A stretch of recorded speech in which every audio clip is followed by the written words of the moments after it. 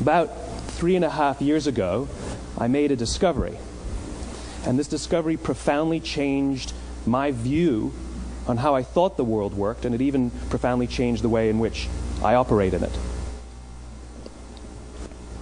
As it turns out, there's a pattern. As it turns out, all the great and inspiring leaders and organizations in the world, whether it's Apple or Martin Luther King or the Wright brothers, they all think, act, and communicate the exact same way, and it's the complete opposite to everyone else.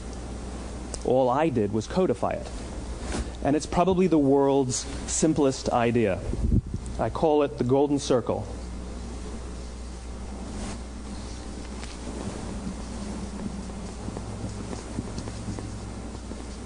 Why, how, what? This little idea explains why some organizations and some leaders are able to inspire where others aren't. Let me define the terms really quickly. Every single person, every single organization on the planet knows what they do, 100%. Some know how they do it, whether you call it your differentiating value proposition or your proprietary process or your USP. But very, very few people or organizations know why they do what they do. And by why, I don't mean to make a profit. That's a result. It's always a result. By why, I mean what's your purpose? What's your cause? What's your belief? Why does your organization exist? Why do you get out of bed in the morning? And why should anyone care? Well, as a result, the way we think, the way we act, the way we communicate is from the outside in. It's obvious. We go from the clearest thing to the fuzziest thing. But the inspired leaders and the inspired organizations, regardless of their size, regardless of their industry, all think, act, and communicate from the inside out. Let me give you an example. I use Apple because they're easy to understand and everybody gets it. If Apple were like everyone else, a marketing message from them might sound like this. We make great computers. They're beautifully designed, simple to use, and user-friendly. Want to buy one? Meh. And that's how most of us communicate. That's how most marketing is done, that's how most sales is done, and that's how most of us communicate interpersonally. We say what we do, we say how we're different or how we're better, and we expect some sort of behavior, a purchase, a vote, something like that. Here's our new law firm. We have the best lawyers with the biggest clients. We have, we always perform for our clients, do business with us. Here's our new car. It gets great gas mileage. It has, leather seats. Buy our car. But it's uninspiring. Here's how Apple actually communicates. Everything we do, we believe in challenging the status quo. We believe in thinking differently. The way we challenge the status quo is by making our products beautifully designed, simple to use, and user-friendly. We just happen to make great computers. Want to buy one? Totally different, right?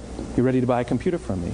All I did was reverse the order of the information. What it proves to us is that people don't buy what you do, people buy why you do it. People don't buy what you do, they buy why you do it. This explains why every single person in this room is perfectly comfortable buying a computer from Apple. But we're also perfectly comfortable buying an MP3 player from Apple, or a phone from Apple, or a DVR from Apple. But as I said before, Apple's just a computer company. There's nothing that distinguishes them structurally from any of their competitors. Their competitors are all equally qualified to make all of these products. In fact, they tried. A few years ago, Gateway came out with flat-screen TVs. They're eminently qualified to make flat-screen TVs. They've been making flat-screen monitors for years. Nobody bought one. And Dell came out with MP3 players and PDAs. And they make great quality products, and they can make perfectly well-designed products, and nobody bought one. In fact, talking about it now, we can't even imagine buying an MP3 player from Dell. Why would you buy an MP3 player from a computer company? But we do it every day. People don't buy what you do, they buy why you do it. The goal is not to do business with everybody who needs what you have. The goal is to do business with people who believe what you believe. Here's the best part. None of what I'm telling you is my opinion. It's all grounded in the tenets of biology, not psychology, biology. If you look at a cross-section of the human brain, looking from the top down, what you see is the human brain is actually broken into three major components that correlate perfectly with the golden circle. Our newest brain, our Homo sapien brain, our neocortex, corresponds with the what level. The neocortex is responsible for all of our rational and analytical thought, and language. The middle two sections make up our limbic brains, and our limbic brains are responsible for all of our feelings, like trust and loyalty.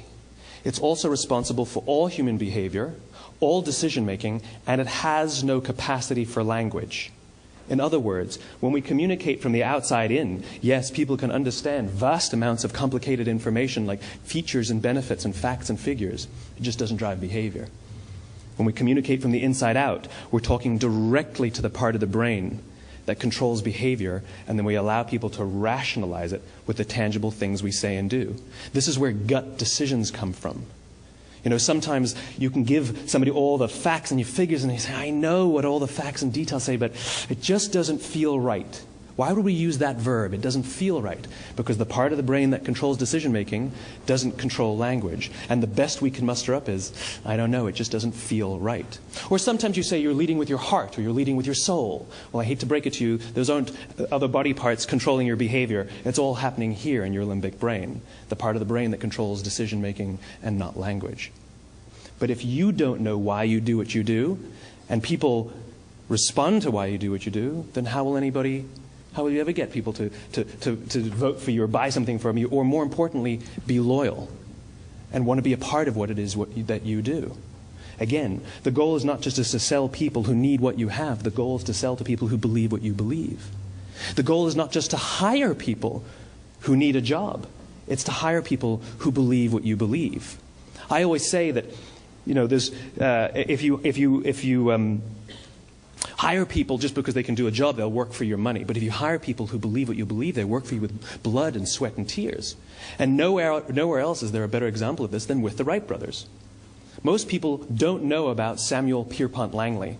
And back in the early 20th century, the pursuit of powered man flight was like the .com of the day. Everybody was trying it. And Samuel Pierpont Langley had what we assume to be the recipe for success.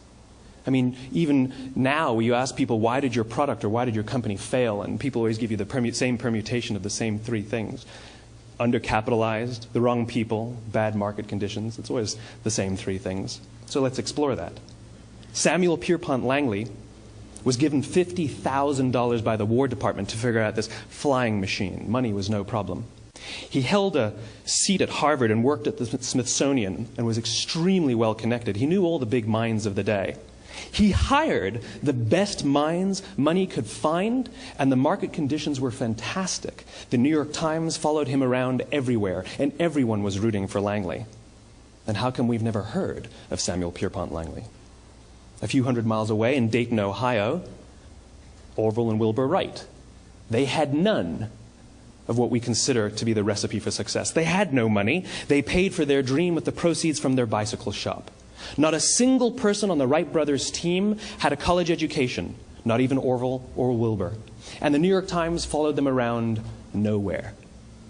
The difference was Orville and Wilbur were driven by a cause, by a purpose, by a belief. They believed that if they could figure out this flying machine, it'll change the course of the world. Samuel Pierpont Langley was different. He wanted to be rich, and he wanted to be famous. He was in pursuit of the result. He was in pursuit of the riches. And lo and behold, look what happened. The people who believed in the Wright brothers' dream worked with them with blood and sweat and tears. The others just worked for the paycheck. And they tell stories of how every time the Wright brothers went out, they would have to take 5 sets of parts because that's how many times they would crash before they came in for supper. And eventually, on December 17th, 1903, the Wright brothers took flight. And no one was there to even experience it. We found out about it a few days later. And further proof that Langley was motivated by the wrong thing, the day the Wright brothers took flight, he quit. He could have said, that's an amazing discovery, guys. Now we'll improve upon your technology. But he didn't. He wasn't first. He didn't get rich. He didn't get famous. So he quit. People don't buy what you do, they buy why you do it. And if you talk about what you believe, you will attract those who believe what you believe.